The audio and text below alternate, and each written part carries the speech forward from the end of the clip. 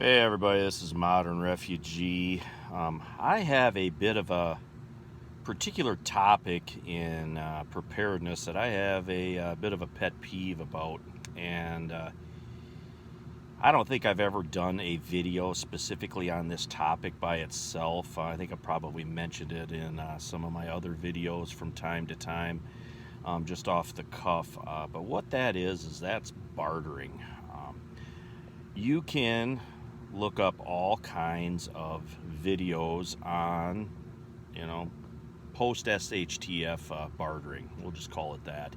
And they give lists of little items, little trinkets almost, that they think people will be, interested in or need after the fact. And I'm going to mention a couple of things here now that I don't hear in these bartering videos at all. And one thing is, bartering will be the absolute most dangerous thing you'll probably go out and have to do in a post-SHTF world, because you have something of value and you're going to go trade that to some other person that you don't know for something else of value. To me, that sounds dangerous all the way around. And another thing when it comes to bartering, how are you going to find out who has what?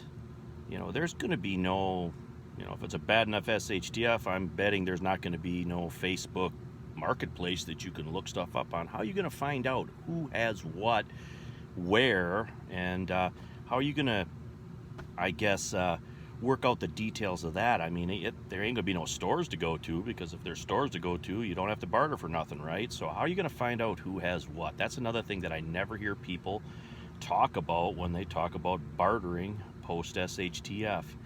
And another thing is the items people have. They have little bottles of alcohol. They talk about stuff like sugar and salt and stuff like that.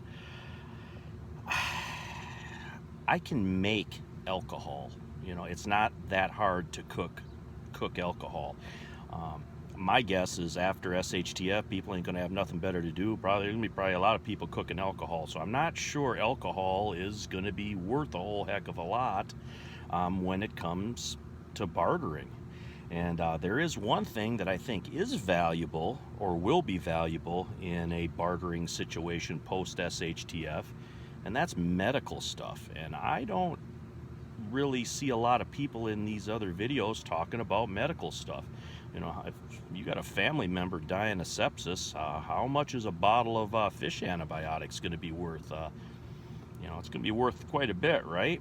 Because that's the kind of stuff that I think is going to be really valuable, is like medical stuff, because you can't just whip up, some Keflex or something. You have to. That stuff's all has very complicated medical. It's a very complicated manufacturing for these medical items and stuff. I think medical items are going to be one of your most valuable thing post SHTF. I don't think it's going to be sugar as much. Right out here where I live in the middle of nowhere, I already know how to make a couple kinds of sugar. I can make maple syrup, and I can cook sugar out of sugar beets, make molasses. That stuff's not that difficult to learn how to do. So some things that people recommend that you have for bartering post SHTF, I just think are plain wrong. I think that money could be better spent.